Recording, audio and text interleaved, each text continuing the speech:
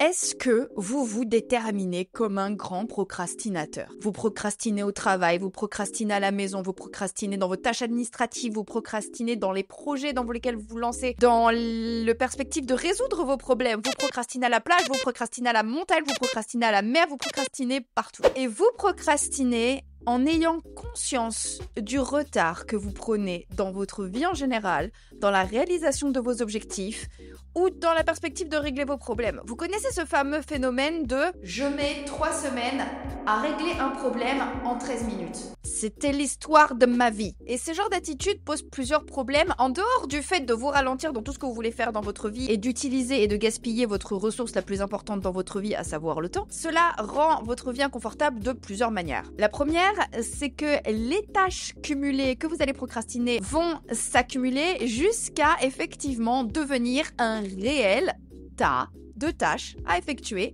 pour lequel vous ne disposez plus des ressources nécessaires pour ça. Et là, vous allez définitivement vous retrouver coincé. Vous n'aurez plus assez de temps, plus assez d'énergie et peut-être même plus assez d'argent pour faire ce que vous devriez faire. Et donc, vous allez tomber dans ce que l'on appelle un échec. Et l'échec n'est pas grave s'il contribue à votre apprentissage. C'est l'échec évitable qui est dommage. Pire encore. Le deuxième problème, c'est que procrastiner, c'est un peu comme une note de restaurant. À la fin, il faut payer. Et souvent, le moment où il faut payer, c'est le soir. Au moment d'aller vous coucher, où vous pensez à tout ce que vous n'avez pas fait aujourd'hui et où vous passez votre temps à mentalement vous auto-fouetter comme ça. Ou alors, vous pensez à toutes ces choses que vous n'avez pas eu le temps de faire aujourd'hui et vous allez vous réveiller le lendemain en sachant très bien que vous allez devoir les faire. Et du coup, c'est littéralement ce qui crée l'angoisse du dimanche soir ou l'appréhension de le soir et ça vous empêche littéralement de dormir. Troisième problème, c'est que cela affecte directement votre confiance en vous. Parce que votre confiance en vous, c'est par définition même votre capacité que vous estimez avoir à disposition pour accomplir des choses. Or, moins vous vous observez accomplir des choses, moins vous aurez confiance en votre capacité à accomplir des choses. J'espère être clair et ne pas parler comme Jean-Claude Van Damme. Quatrième problème avec la procrastination, c'est qu'au fur et à mesure du temps, vous allez voir d'autres personnes accomplir vos rêves, vos objectifs et vous dépasser dans votre vie alors que vous aviez le potentiel pour faire tellement de choses. Ce genre de situation, c'est le terreau idéal pour les mauvaises solutions. Comme par exemple, vouloir passer de 0 à 1000 d'un coup et passer de j'ai absolument zéro structure dans ma vie, je me lève à midi, je suis complètement décalée, je fume clope sur clope et mon régime alimentaire est composé à 75% de sachets de noodles déshydratés à 60 centimes, à je me réveille à 5h du matin pour aller courir 10 km avec mon petit patch à la nicotine sur le bras et je ratisse toutes les entreprises de la région pour trouver un job de roi du monde. Vous êtes en train de semer les graines de votre déception future, les gars. Ou alors vous avez des ambitions mais vous êtes en train de vous saboter parce que vous sentez que vous manquez de volonté pour les accomplir sur le long terme. Et lorsque vous prenez le temps d'évaluer les efforts que cela va vous prendre sur le long terme pour atteindre vos objectifs, vous êtes d'emblée découragé. C'est le pire moyen de vous créer au final une vie qui ne va pas vous satisfaire. Mais tout n'est pas perdu, les gars. J'ai plusieurs bonnes nouvelles. Je vais littéralement maintenant vous donner des secrets qui vont vous aider à aller au bout de votre procrastination. Asseyez-vous, prenez des notes, c'est maintenant. Première bonne nouvelle. La discipline et la régularité ne sont pas des qualités innées. Elles s'acquièrent avec des mesures qui sont relativement simples. La discipline et la régularité ne sont pas des grands méchants loups qui vous contraignent à la frustration et à l'austérité et à l'effort infini jusqu'à ce que mort s'en suive. C'est comme ça que les procrastinateurs voient la discipline. Je le sais parce que j'en ai été une. Mais en réalité, devenir une personne productive, disciplinée, régulière et efficace ne demande pas tant d'efforts que ça. Il faut juste savoir quels efforts faire. Maintenant, je vais vous donner 5 secrets sur la discipline.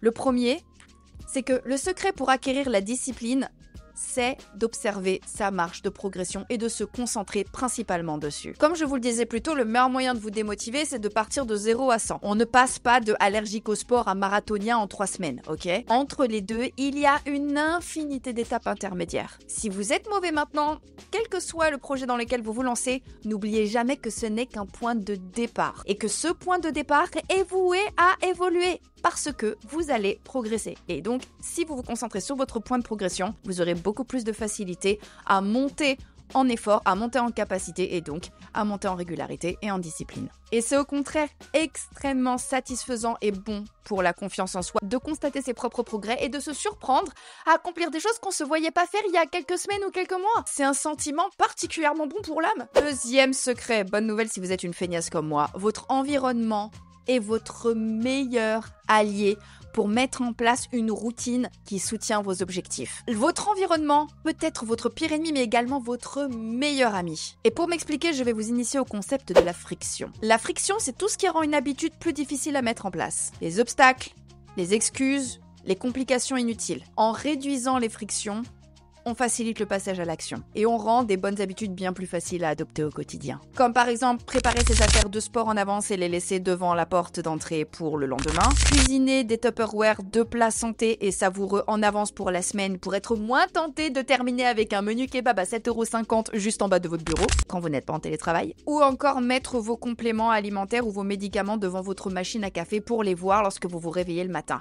Ça a l'air tellement bête comme ça, mais je peux vous assurer, le fait de limiter les frictions va avoir une part déterminante sur votre réussite. Troisième secret, la majeure partie des résultats que vous allez obtenir dans votre vie ne proviennent non pas des grandes décisions ponctuelles que vous allez faire dans votre vie, comme déménager, changer de statut amoureux ou changer de boulot, mais plutôt de l'infinité de décisions qui vont vous suivre partout où vous irez, que vous prenez au quotidien et qui vont s'accumuler. Ce que vous mangez, le nombre d'heures que vous allez passer à dormir, la qualité de votre sommeil, les gens que vous fréquentez, la clope que vous allez ou pas fumer, mais tous les jours, une dizaine de clopes, forcément l'effet s'accumule. Le coup de fil que vous allez ou pas passer à votre maman ou à vos potes pour garder les liens. Le sport que vous allez faire ou au contraire la séance de sport que vous allez sécher. Ou la concentration que vous allez mettre dans votre travail. Et à la fin de l'année, ce sont des kilos et des kilos de bouffe, des heures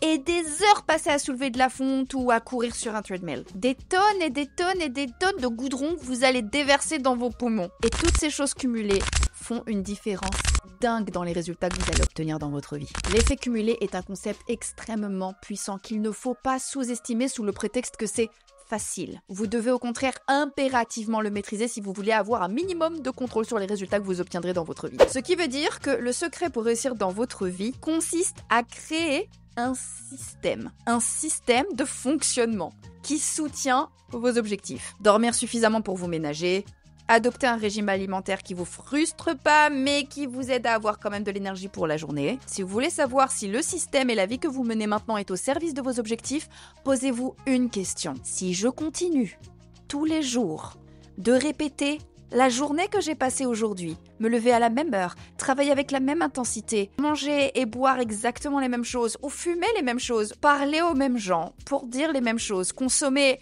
le même contenu, dans le même environnement, où est-ce que j'en serai dans 1 an, dans 2 ans, dans 3 ans? Et si la réponse ne vous plaît pas, on en parle, vous et moi, il n'y a pas de problème.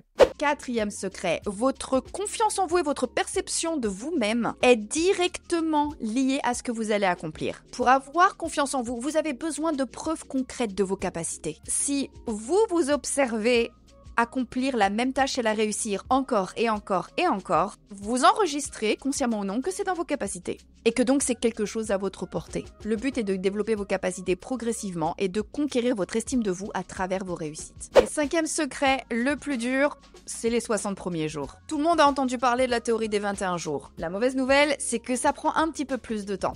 La bonne nouvelle, c'est que ça prend pas tant de temps que ça, parce qu'il faut en moyenne à l'être humain une 60aine de jours pour intégrer une habitude et pour qu'elle parvienne à être totalement naturelle. Et certaines personnes, lorsque l'étude a été menée, ont réussi à adopter les habitudes à partir de 21 jours, et pour certains, c'est monté jusqu'à 90 jours. Et pour intégrer ces habitudes, vous avez besoin d'un plan, d'accord? Vous avez besoin de savoir ce que vous devez faire. Vous avez besoin de suivre ce plan au quotidien, donc vous avez peut-être besoin de quelqu'un derrière vos fesses ou pour regarder par-dessus votre épaule. Parce que dans les premiers temps, vous allez peut-être avoir besoin de rendre des comptes. Et c'est pas grave. Mais du coup, vous allez devoir rendre des comptes à quelqu'un. Et il vaut mieux que cette personne soit neutre. Neutre et expérimenté. Vous aurez également besoin d'un cerveau supplémentaire pour brainstormer et vous assurer que vous prenez les bonnes décisions. Et c'est là où j'interviens. Et c'est pour toutes ces choses-là que j'ai créé mon programme Morning Routine. C'est un programme de 3 mois avec des réveils quotidiens avec moi. Oui. Promis, je ferai l'effort de m'habiller avant et de prendre un café. Alors, qu'est-ce que c'est que ce programme? Ce sont des sessions matinales avec moi, 4 à 5 fois par semaine, 30 minutes. Vous sélectionnez dans mon agenda un créneau qui va de 5h30 à 9h30 et on se tient à cette routine pour 3 mois. Le but de ces sessions, faire un point sur vos objectifs, s'assurer qu'ils sont viables et adaptés à vos capacités du moment. Augmentez ces capacités au fur et à mesure en augmentant l'intensité de vos efforts et en étant derrière vous pour vous encourager. Structurez votre quotidien pour garder en productivité, mieux gérer votre temps et vous assurer que vos priorités sont respectées. Élaborez ensemble un style, un système et une hygiène de vie qui mélange efficacité et plaisir. Un lifestyle que vous allez pouvoir suivre sur le très long terme pour atteindre vos objectifs sans être épuisé ni frustré, mais dans lequel toutes vos obligations sont respectées et dans lesquelles vous obtenez ce que vous voulez. Je vais également vous donner d'autres clés pour développer votre discipline et votre régularité. Et également, je serai avec vous pour brainstormer et adapter vos plans aux imprévus parce que les plans sont faits pour être bousculés. Il y aura toujours quelque chose, un problème qui fait que les choses ne se passeront pas comme prévu. Je serai à la fois votre meilleur ami et votre pire cauchemar. C'est même pas vrai. Pourquoi je raconte ça? C'est même pas vrai. Je suis chill comme coach en vrai. Mon programme est particulièrement efficace pour les gens qui ont des objectifs à moyen terme, qui demandent de l'énergie, mais qui se demandent s'ils disposent de la discipline et de la régularité nécessaires pour les atteindre. C'est particulièrement efficace également pour tout ce qui est recherche d'emploi, préparation aux examens, mise en place de nouvelles habitudes de vie comme le sport, ou une nouvelle alimentation, ou une nouvelle hygiène de vie, ou un objectif personnel qui nécessite du soutien et d'avoir quelqu'un par-dessus votre épaule pour regarder ce qui se passe. Je suis également particulièrement efficace dans les périodes de transition de vie, parce que s'il y a quelque chose que mon expérience m'a appris, c'est que le plus compliqué, quand on change de vie, c'est de garder le meilleur de notre vie précédente. Si vous vous reconnaissez dans tout ce que je viens de vous raconter, je vous invite à cliquer en bas et à prendre directement rendez-vous avec moi pour en discuter. Vous allez avoir accès à mon agenda, on se bloque un créneau, on en discute et on évalue ensemble vos objectifs. Ceci dit, je vous embrasse, prenez soin de vous et on se retrouve de l'autre côté.